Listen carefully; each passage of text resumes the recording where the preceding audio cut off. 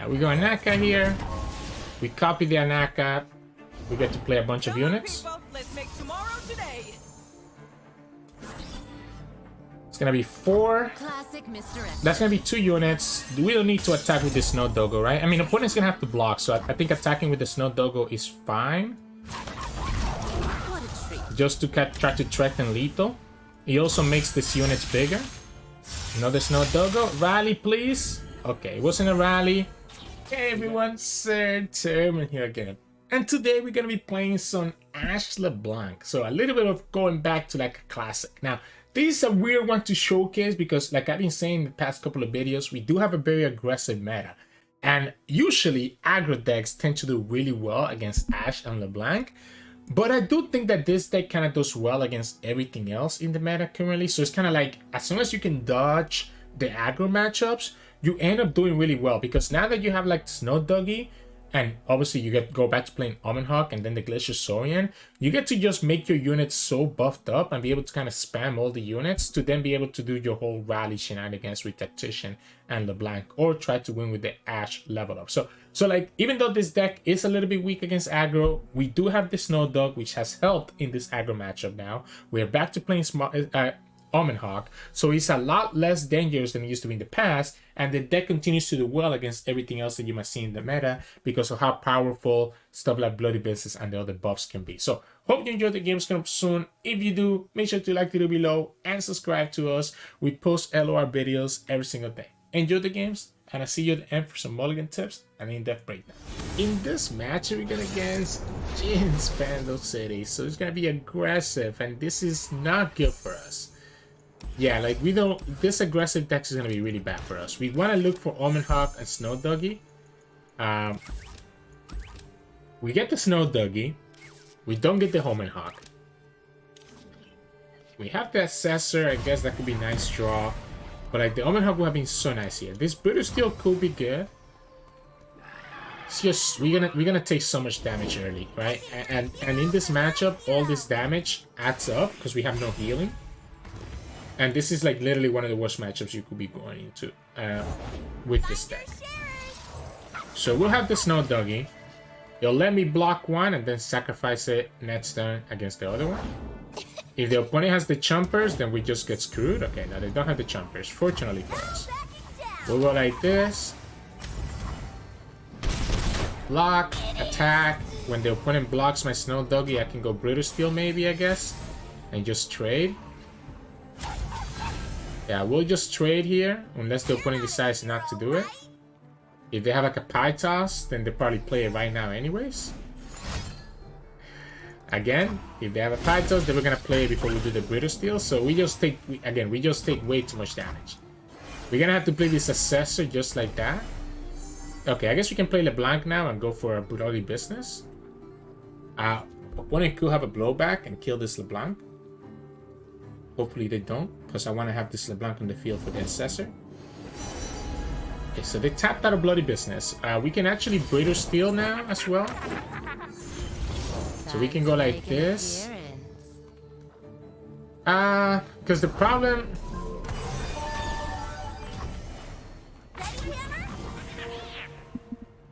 Problem is that if we go Bloody Business, they can just KO this, right? So I guess we'll go here, here. And again, we'll have to go for the Assessor just so that we potentially get the draw off. So we'll go Assessor so that we can get the draw off. Or is it ever Snow Doggy? I think I need the draw. I think I'm desperate here. Perfect.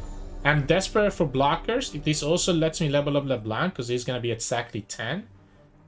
So I'm desperate enough for blockers to do this. If opponent has a blowback, they get to kill LeBlanc, but we still get 2 blockers out of this. That could still be a blowback that costs 3 mana from the clock lane.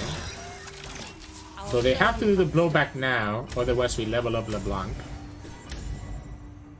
They could self-Mystic, I guess, to deny the level up, but that seems like a waste of burn and a unit. So we do get the level up. We play Omen Hawk, and I guess opponent can actually just kill the Omen Hawk with the pastry, but I think that's a good use of pastry for us. Yeah, like I think we go like this. If they want to play the pastry here, be my guess. Could be a second pie toss. That's what they got from Clockling, just an Autobus. Them pranking my bloody business could be a problem. Oh, they get the blowback. No, well, the blowback here doesn't kill the blank anymore. So you had the blowback, but you chose not to use the blowback. So they have Jinx.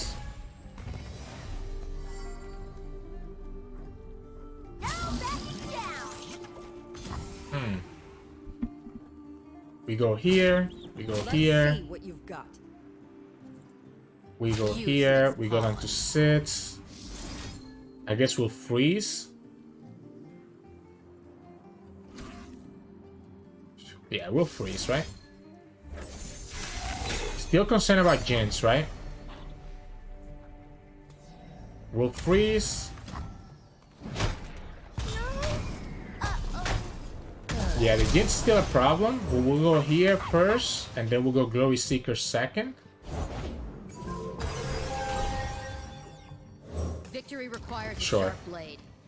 We can kill the Jinx. Okay, so we can just kill her with Glory Seeker now, right? Regardless of what the opponent has. Ah!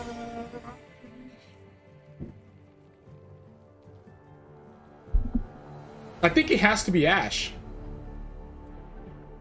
So, if we do it, I guess if we do it like this, let's go for it this way. Let's go for it this way.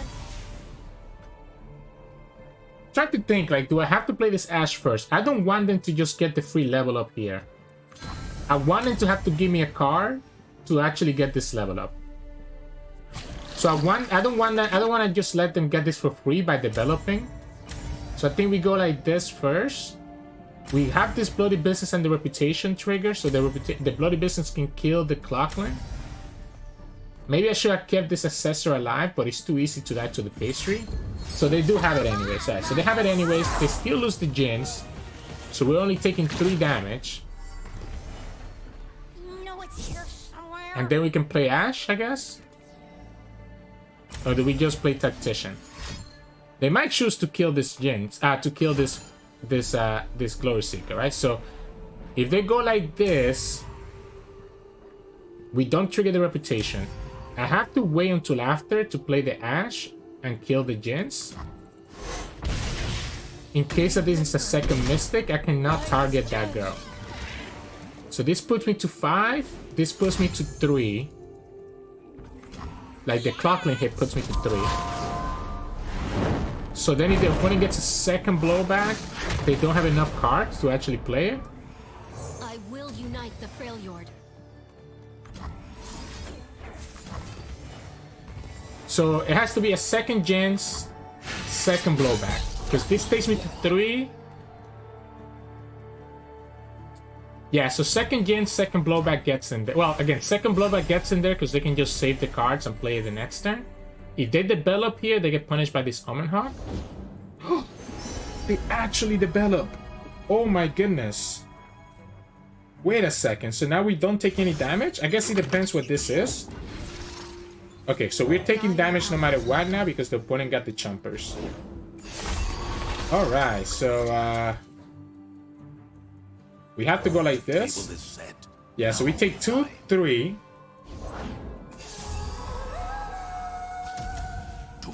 I guess we take 1 less. We take 4. The opponent, we take 4.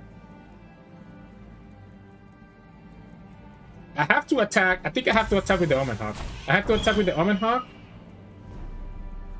Because the opponent's going to challenge the Omen Hawk anyways with the Chompers. Yeah, so I think we go like this. Opponent's going to have to block the Omen Hawk with one of these 2. Block here, block here. They still take 3 damage. And it's going to be... We know that the opponent has 2 units in their hand, right? We know opponent has 2 units in their hand, so we're going to be at the mercy of whatever those... If the opponent draws the burn or not. Yeah, because we were able to freeze this, we we're able to get to survive, even with the opponent having that second elusive.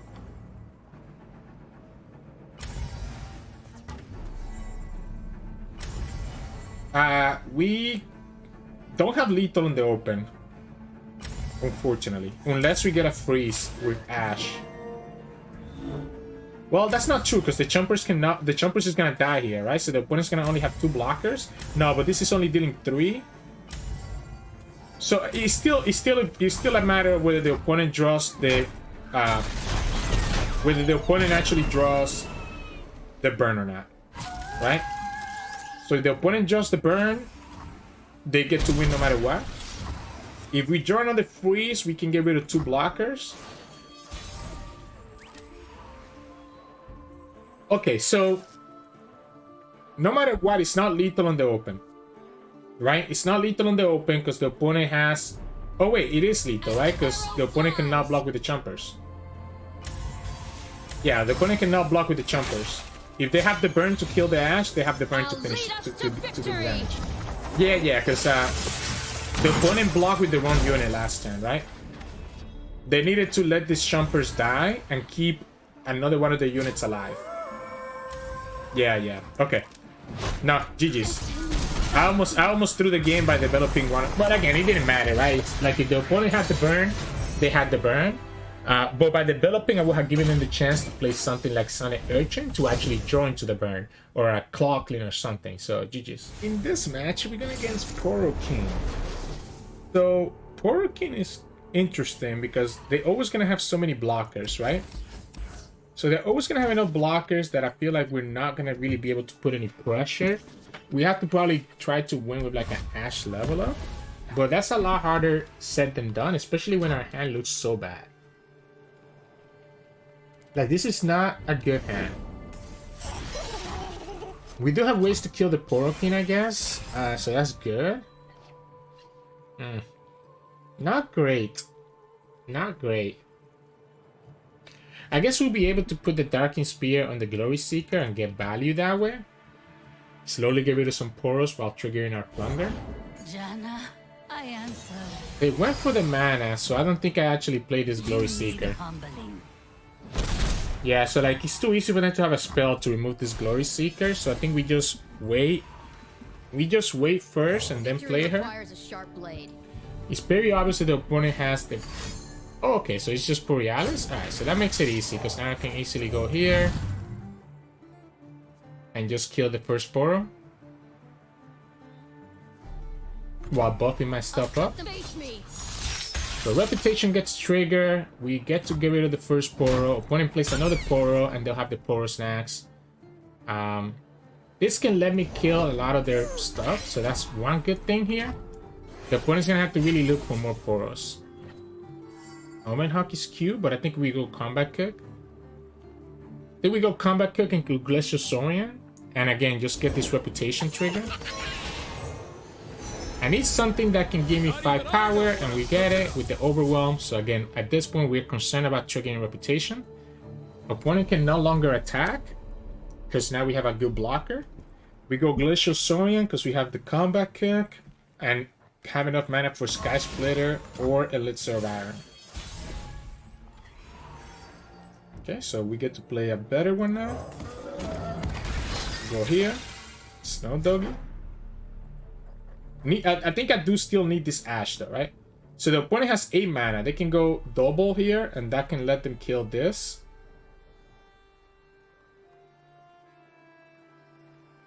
Yeah, so they can go double Poro Snacks. But I still get to trigger the Reputation, right? Which is really what matters. We get rid of the Challenger because it's obviously the most dangerous one. So 1 Poro Snacks, double Poro Snacks. My question here is, am I saving this or am I saving this? I do think I need to save one of them. I'm just debating which one is worth saving. I think I'm gonna keep the Weapon Master alive so that I can play the second Saurian, although I do have Omen Hawk and Snow Doggy here, so it's not really important. I need to be able to kill this Poro King, but the Poro King now is coming down with 6 HP. Okay, so the opponent's gonna be able to kill something anyways. I mean, I don't mind this, right? We're like trading back and forth. And eventually we get to play this Anaka and get something down. I don't want to give them this Almond Hawk. That's too easy. Oh, you know what? The tough means that we didn't get the reputation trigger. Why did we just pass? Okay. Ah, another elusive? That's annoying. Yeah, the tough means that we actually didn't get the reputation trigger. Do I need to actually worry about these elusives? I guess we'll go like this first. This Ashe. Opponent's gonna obviously try to kill one of these. They could have another Poro Snacks, which we can punish with the Sky Split if they attack here. I don't think it's worth it to do this bloody business just yet. That's their second challenger that they're showing me. Howling Gale means that they can now attack there, right? That's pretty smart. I guess I can go ahead and put this Darking Spear onto this guy, and now we'll be able to... I think we want the Darking Spear to be able to...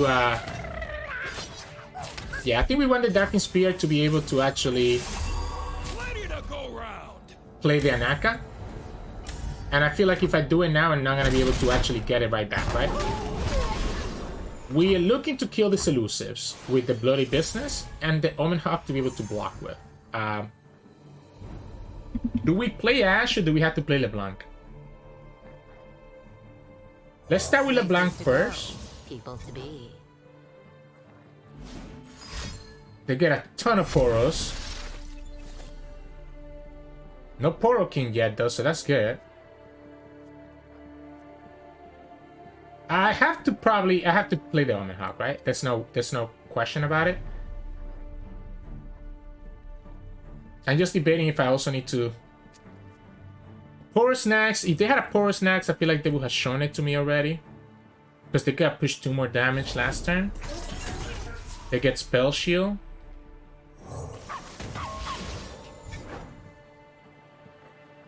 Really need to start letting this Ashe start working, doing her magic.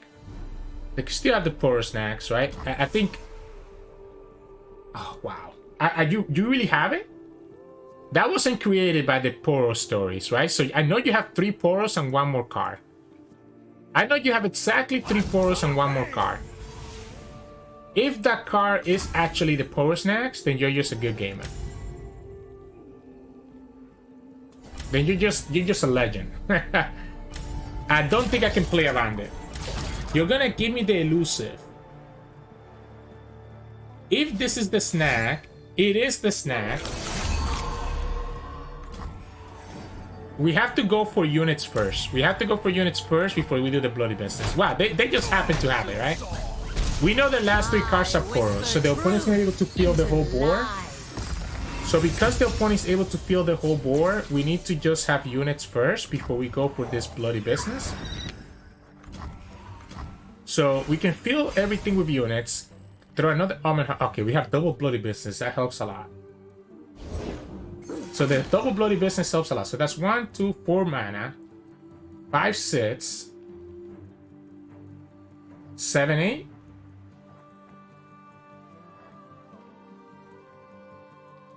I like that. I'm just debating if I want to copy the Omen Hawk or if I want to copy like LeBlanc. Might be better to also honestly copy LeBlanc. So, because we know that we can block these guys, right? Yeah, we can copy LeBlanc and we know that the opponent now cannot attack with their other stuff. Seeing double. So by copying LeBlanc here, opponent's gonna be relegated to just attack with the elusives, but we have an elusive blocker here. Opponent gets the Challenger Poro, which means that we can go ahead and pop this. Okay, the one problem with doing this is that if I go for the bloody business now, I just don't want this Poro to die for free, right? So I think we go here and just kill that Poro right now. If the opponent has 1 more card that they can put down on the field now, then that's good for them. Where did that one run off to? We still save because we have a second Bloody Business. And we have blockers for all their units. If this was a Poro King, then the opponent cannot even play it. Opponent could just pass here, but then again, they get punished by Anaka next turn.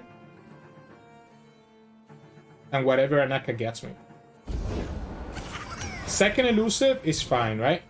Because we can block and just attack. And block everything, right? So we block and we go down to 1. Opponent's not even gonna give us everything? Okay. Okay, I see what they're doing. I see what they're doing. We're gonna just punish it with Bloody Business, right? So that we can copy Anaka with the LeBlanc. Yeah, so we're gonna go like this. This gives me a 1 mana, this gives me a 1 mana thing.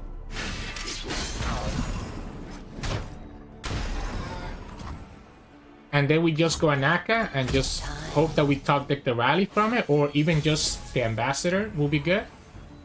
Yeah, we go Anaka here. We copy the Anaka. We get to play a bunch of units. People, let's make tomorrow today. It's gonna be 4. Classic Mr. X. That's gonna be 2 units. We don't need to attack with the Snow Doggo, right? I mean, opponent's gonna have to block, so I think attacking with the Snow Doggo is fine. What a treat. Just to try to threaten lethal. He also makes these units bigger. Another Snow Doggo. Rally, please. Okay, it wasn't a rally. We got a Sigil of Malice, which lets me actually kill the elusives. We need to kill them now. I mean, opponent has to block everywhere. Opponent has to block everywhere because this is just too much damage anyways. Yeah, they have to block with the elusives. They have no choice. They have to block with 1 elusive at least. Because we got an overwhelm. So getting this overwhelm kind of changed things because this is 5 damage. So the opponent has to block even if they block here. Yeah, okay, so we got there. Oh, wow, okay. That was scary. Opponent didn't get Poro King. We ended up top decking a second Bloody Business, and that was just enough. They didn't get Sunken Temple, which is the reason why they play P&Z. And yeah.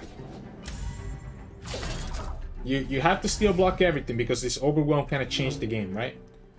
And all because that Snow Doggy buffed it up by 1. That's why I said it was correct to attack with everything. Yeah, that's... Okay, so they survive, and then they get punished by the Sigil. And that's game. Top deck LeBlanc for the top rope. Woo! That was close. That was a lot closer than I would have wanted it to be. The elusives are super scary, but we got there. So GG's. In this match, we're gonna against LeBlanc, Sion, and Mordekaiser. The haste spikes are kind of annoying, right? We can go for Ashe. Still loses to a haste spike. Or a death grasp. I guess we beat the haste spike now because we have the elixir. But we still lose to the death grasp on the Ashe. The waters give you life. Opponent giving me the first wave, so maybe they do have stuff like that, right? Yeah, like I'll go here, and I guess the opponent can go for a haste spike, and we can just elixir. I like the idea of buffing. Like, the Snow Doggy attacking is really important.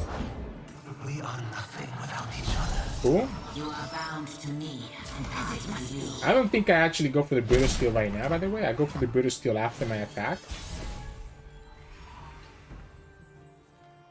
Yeah, like I go like this. When the opponent blocks, I'll Brittle Steel it. It's kind of the same thing, right? I guess. But, sure. We go Omen Hawk. And have a blocker for the last win. Yeah, so this is gonna be like some Sion shenanigans. Opponent's only playing 1 Mordekaiser, so I don't know how scared I actually need to be. Still losing to Death Grasp, right? Which is the problem with a lot of these attacks. So we still lose to the Death Grasp. You're gonna give me this... I'm gonna take the 4. Yeah, I'm gonna just take the 4 and just block here with the Omen Hawk. When it goes thread the needle, do we let that go? I think we let that go because we want to beat the haste spike, right? We want to beat the haste spike or a second thread the needle. I think not. So I think having this Ashe with the Litz around protection is better. I will have justice and blood. So when an ally revive, grab the challenger. That's cute. Could we go here instead of the Glory Seeker? And I think I actually like that. Let's start putting pressure with this Sion.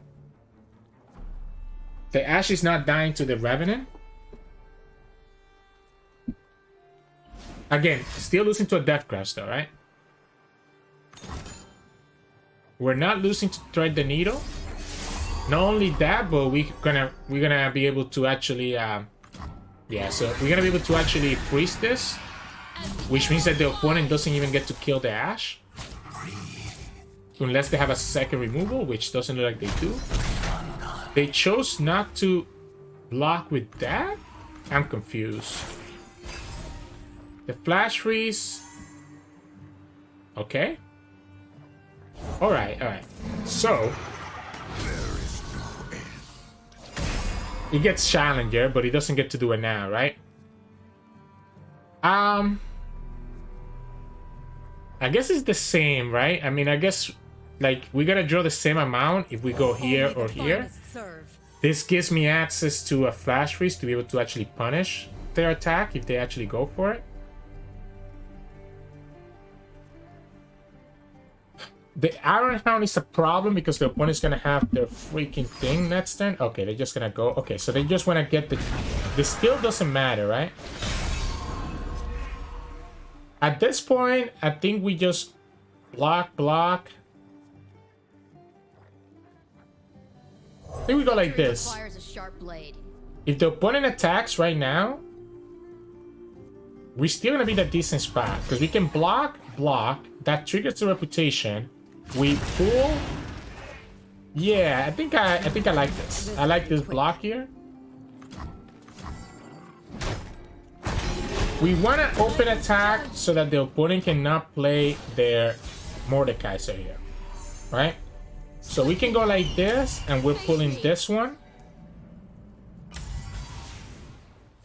And remember, we have this rally. So even if the opponent has Mordekaiser, now they only get to revive the Iron Hound, which gives them blockers, but the Mordekaiser is still going to be in trouble. Because we can level up this Ashe. I guess she's not going to level up just yet. I need just a moment. Well, that's not what I expected. That is not what I expected. I think we just go for the rally. The table is set. Now we go for the rally. Opponent has... This is frozen. This cannot block. And we can pull anything that the opponent throws at us. Okay. So I guess we'll go like this then. Let's just get rid of this. And we're gonna get rid of this so that the opponent cannot revive it with the Mordekaiser. Yeah, and if they cannot revive that with Mordekaiser, we should be okay. I guess the Mordekaiser here is gonna be able to do their thing. Yeah, Mordekaiser is gonna be able to do their thing where they get to get the revives. So they get to trigger their ability. Wait, that's not a Mordekaiser.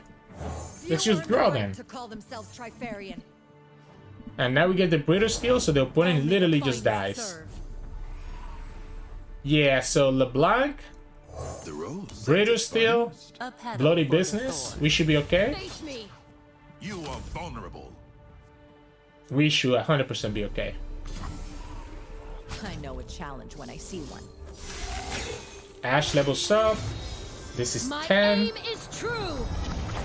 And if the opponent has anything that can interrupt this, then we can go, like if the opponent has a haste spike or another of that Gwen spell, we can go Bloody Business and be okay. The idea here is that now we get access to this, obviously this leveled up Ashe, and just attack and just get from there, so GG's. In this match, we're gonna against Vayne and Gwen. And I think we have a good advantage here, right? Because of the freezes and stuff. Glory Seeker is not bad. Trying to debate if the British Steel is also the keep. Just because it can freeze a lot of the opponent's units. It doesn't hit the Gwen though. Which can be the Aqua situation. This Glory Seeker with Ashe is gonna put a lot of work. Okay, so that gives them the equipment for the Vayne. They also get that mana back. That's a pretty good choice there. So they get to get the mana back. We'll go Snow Doggy, we'll go Glory Seeker, we'll go Ashe and just kill anything that the opponent plays. Yeah. Sure. You can have your Hollow buff. I'm okay with that. The Vayne is kind of annoying, right? But it's not like impossible to deal with. I do like the Glory Seeker into LeBlanc. Oh. Could also just go... sorry, I like the Glory Seeker into Ashe. Could also just go LeBlanc now that the opponent did this. Now that the opponent did this and not opposed to going for a LeBlanc here.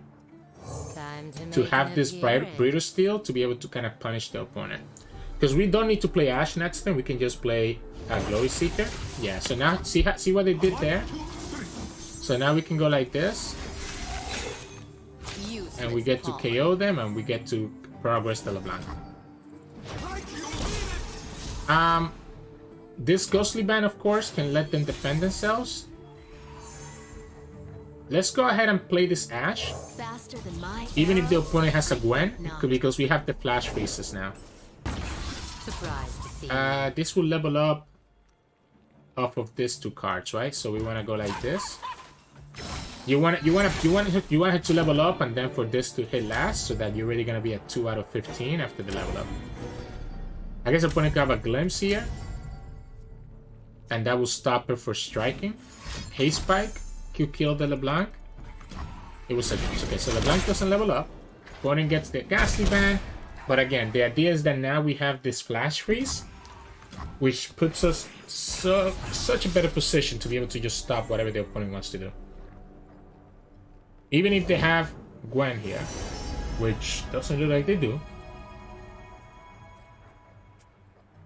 Do we ever just drop this? Do we ever just go like this then? Like, do I actually care about whatever the opponent has right here? I think we just go here and just grab this Snow Doggo. Take advantage that we have the Snow Doggo on the field. Just get our draw. Because the opponent showed us that they didn't have Gwen, I really didn't care. Yeah, you can go here, and we'll go like this.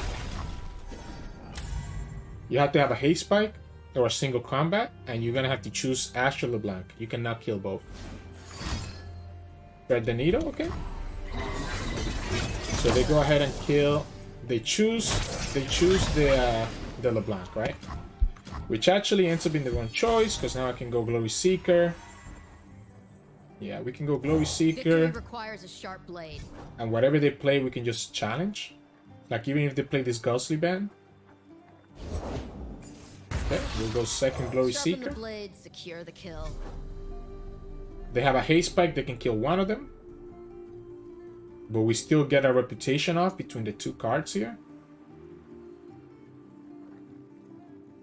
They have this second Ghostly Band, right? And again, we have this Flash Freeze, and we'll have enough mana. Yeah, we'll have enough mana next turn to actually be able to play Rally and Flash Freeze. So it should keep us on a healthy state. And the Ashe will level up on that Flash Freeze plus Rally, right? They got too many foyers, right? Too many foyers. Yeah, we just pass here. We don't need to press anything, by the way. Yeah, we just press OK. All their units die, and now the opponent has no targets for a single combat or a Haste Spike. And that's the game. Like, opponent wanted me to block there, but we don't need to block, right? We could just press OK, because all their units are ephemeral, so all their units just die, and we just respond with the rally to just win. So, GG's. Hey, welcome back everyone. Hope you enjoyed those games of Ashe and LeBlanc. Always nice to kind of pull out this classic and kind of take it up in rank and see how it does. Just like I just saw in a lot of the games, Omen Hawk and Snow Doggy are just so important in this deck now, right? Just popping up your cards to keep it out of the removal range, and then just being able to play the Glacial Saurian, which gives you the draw and just lets you do so many cool things with this deck, right? And that's kind of what we're looking for. We even got to see the Anaka winning us a game where we were able to copy it with the LeBlanc, and that just feels so good, right? So that one felt really, really good. We even got to beat an aggro deck there, but again, we were at the mercy of whether they top deck the burn or not. We just got lucky that they didn't top deck it. In terms of like mulligan, I'm always looking for Omen Hawk and the Snow Doggy early on. I think, again, buffing your units is just so important, and this also gives you these cards that you can, the units on the field, so that when you play the Glacial Saurian, you actually get a draw from them. So I recommend mulliganing for Snow Dog and Omen Hawk. You don't want to keep any spells early on. We play a lot of spells, right? We play 14. You don't want to be in a situation where you don't get any units that you can play and you just get a bunch of spells. So kick away your spells, keep Omen Hawk, keep Snow Doggy. If you already have them in your hand, then you can go ahead and start keeping stuff like LeBlanc and Ashe as your second priority, or the Glacial Saurian. But start with this buff and kind of goes from there. As the game goes on, your strategy is just going to be to have these big, powerful 5 power plus units, LeBlanc, Ashe, Combat Kirk, Saurian, right? Try to get your reputation trigger as soon as you can while taking favorable trades with your Glory Seeker and your Freezes, allowing you to trade like favorable trades, right? So you want to just get to a position where you have all this reputation trigger so that you can enable the Bloody Business and the Tactician. And opponent is probably going to take a couple of these 5 power hits. So it's very likely that by the time you get to turn 6 or 7, the opponent is already going to be at 10 HP or so, which makes them even more vulnerable for these overwhelms or these rallies to just finish the game against them. So that's kind of what you're gonna look for when you're playing this deck and how to get to that win condition there. Of course, if you have the chance to level up Ashe, then that's awesome as well. The British Steels can be very good at leveling up Ashe quickly when the opponent is least expecting it. But that'll be it for us for today. I hope you enjoyed us showcasing this classic again. If you liked this video, make sure to like the video below and subscribe to us. We post LoR videos every single day. You can also join our channel and become a member. We have 2 tiers, Gladiators and Champions, each one with the different perks. Check that out in the description below or in the join button next to the subscription button. You can also find us on Twitch, Sirturmund, we stream every now and then, and you can also find us on Discord and Twitter. The links to those are both in the description below. Thank you so much for watching, and I'll see you all again tomorrow.